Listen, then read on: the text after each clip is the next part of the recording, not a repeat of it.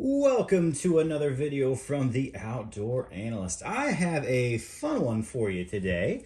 This is going to be based off of, honestly, yet again, nothing fancy talking about Fallkniven knives this year. Just got me thinking how much I absolutely love my Fallkniven knives. I was going to throw out my favorite top five and nothing. No, not to make a pun. Nothing fancy as far as what my actual top five is going to be. I used to have a super fancy Fallkniven, and I really do enjoy those knives, but the high-end Fallknivens are just not what I think they're best at. I think Fallkniven knives are just killer work knives, and that's where they should live. So I'm actually not entirely sure what my order is going to be. Got all of them out here on the left, but I think I'm going to go this route. I'm going to start off with my fifth favorite as being, well, I'm torn. Probably the Fallkniven S1. I love this knife. Me personally, this thing and I have been through a lot together. We have done a lot of Bambis, and I've really been impressed with the Fallkniven S1. I think at some point I would really enjoy getting the pro version of this. But I always struggle with the price of the Fallkniven S1 Pro, to be completely honest with you. It is way up there, but I really love this knife, and I think if the S1's just a little bit thicker, it makes it a little bit better of a splitter, and as for a 5-inch blade, I really do enjoy that. But this is a good woods knife all around. Good splitter, fairly decent camp task, has a saber convex on it, and I really do love this one. It's at home with me. I'm gonna put it at number 5, and then I think at number 4, I'm gonna go a little bit smaller and go with a TF2. And I've always kind of compared this with the S1, but the truth is that it's actually just a little bit shorter. I think it is very comfortable in hand, even though it is this square, kind of partially contoured handle with a nice little finger groove up there.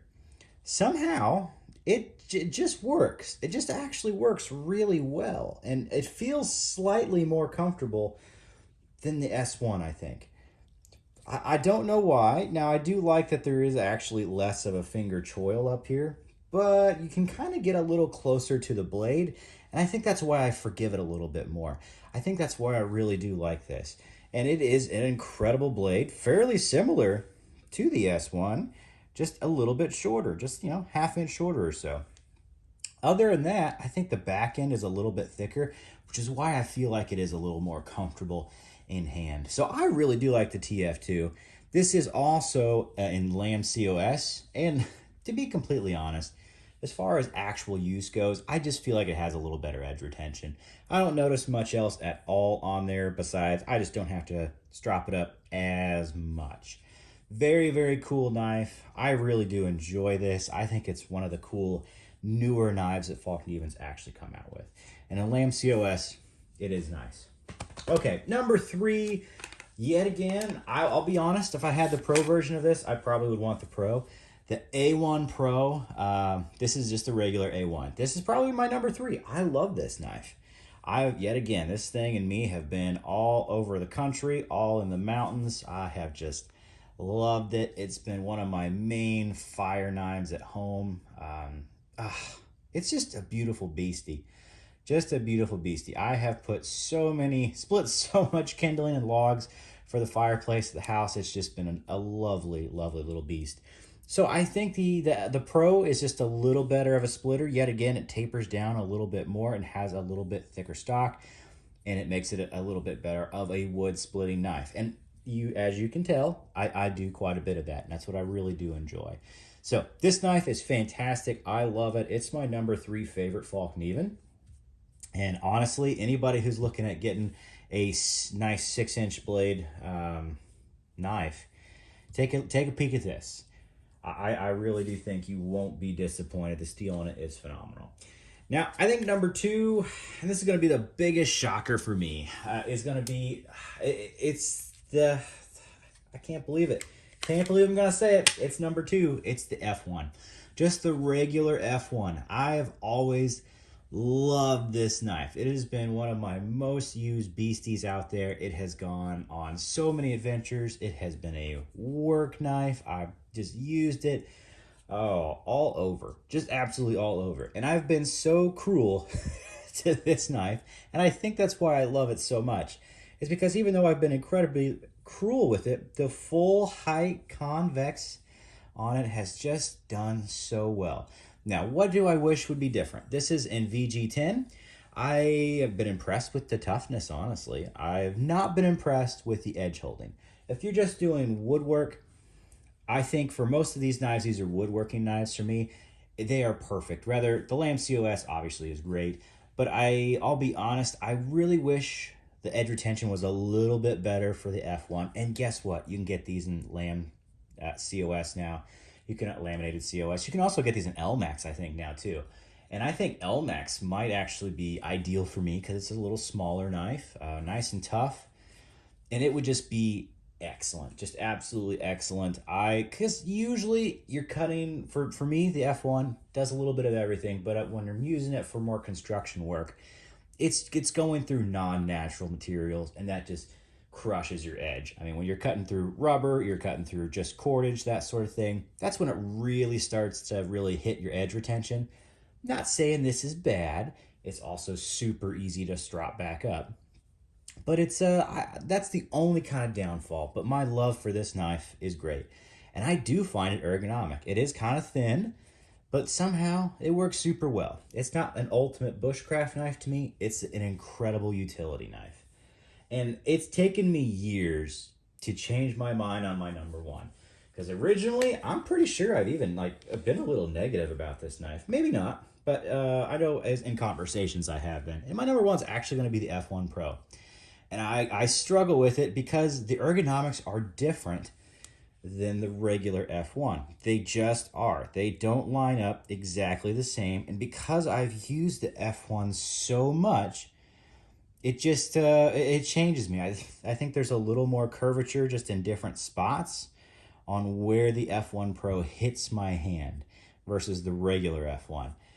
And it's taken me years to just get used to it. And I know that sounds weird, but now the subtleties of the F1 Pro have just made this knife incredible to me. And the subtle wins have been, it gets a little slicier. Even though this is a saber vex versus a full height grind, this gets down a little thinner at the edge. They've just ground this one to be that way. And yet it's a thicker blade stock, and it splits out incredibly well up here. So when it comes to doing kindling, this feathers better, it splits kindling better. It's not as good as a food prepper, 100%, gonna be honest with you. The regular F1 will win in that area. But on everywhere else, I really like the Pro. I just really do. Now, I don't have as many years. I've got decades with this minimum, probably quite a bit more than that, honestly. This knife has been amazing for me. Absolutely amazing. But the Pro just kind of does have some subtle quirks that make it better. And a lot of people are going to ask, okay, is it that much better price-wise? And that's where the kicker is going to be. Is this is laminated COS? And I'm not going to say I can justify telling people to get the Pro versus like an LMAX version of the F1. Just because, yes, I do like the Saber Vex. I do like how it gets a little bit thinner. But I don't know if that's worth it for like an extra 150, 170 bucks. That's a tough, that's really a tough thing to say, to be completely honest with you. So maybe this should be the all-around most awesome for the money, but I really do enjoy this little thing. This is a great belt knife. This is a great EDC, just everywhere. For me, I really do and love that it kind of works for the woods a little bit better for me, which is awesome. I'm a huge fan. Do I really want at some point to get the Pro versions of the A1 and the S1?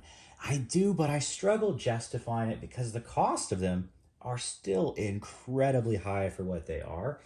And when you kind of look at what's in that range, I can usually find a knife that I like better, that is honestly probably a little bit better. Are they cool? Are they really well designed? Do they function incredibly well? Yes, but I just don't know if they hit that $300 price point for me because they're getting really up there these days, $250 to $300 for the Pro versions. So I love these knives. I think they're absolutely incredible. You can't go wrong. Fallkniven makes great designs. They also have awesome quality control, fit and finish. Is really immaculate, to be honest with you. I know the earlier versions of the Pros had some issues with the bolsters coming loose. I think actually Dutch Bushcraft Knives helped fix that problem. They made it so well known that Fallkniven went and actually made some fixes. So as long as you get the fairly, it's not even fairly newer. They fixed that years ago. As long as you get a possibly slightly newer version, they're going to have that bolster fix. And there's no issues with this one whatsoever. It's just held up incredibly well. So there's my favorite Fallknivens for 2024.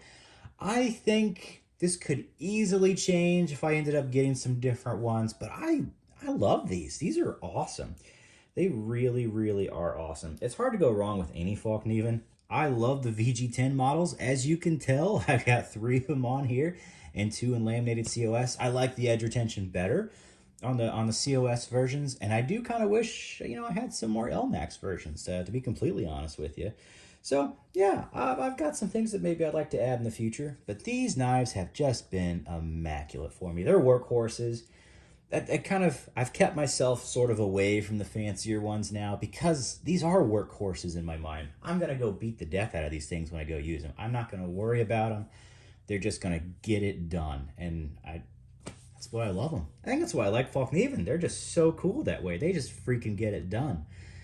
So yeah, hope this was a fun video. Hope you enjoyed it. These are my favorites right now from Fallkniven. Are there some other ones out there that might fit your preference better? Absolutely, have no doubt. I live in the Midwest, and I'd like to do hunting, a little bit of firework, a lot of camping, and then some adventure trips, backpacking and canoe tripping over at least like a weekend. So it's kind of me in a nutshell. And I hope this was fun. Like, subscribe. I would really appreciate that. I'm a small channel. Every subscription helps a ton. It really does. And I would appreciate it. So if you like this stuff, great. I'll catch you on the next one.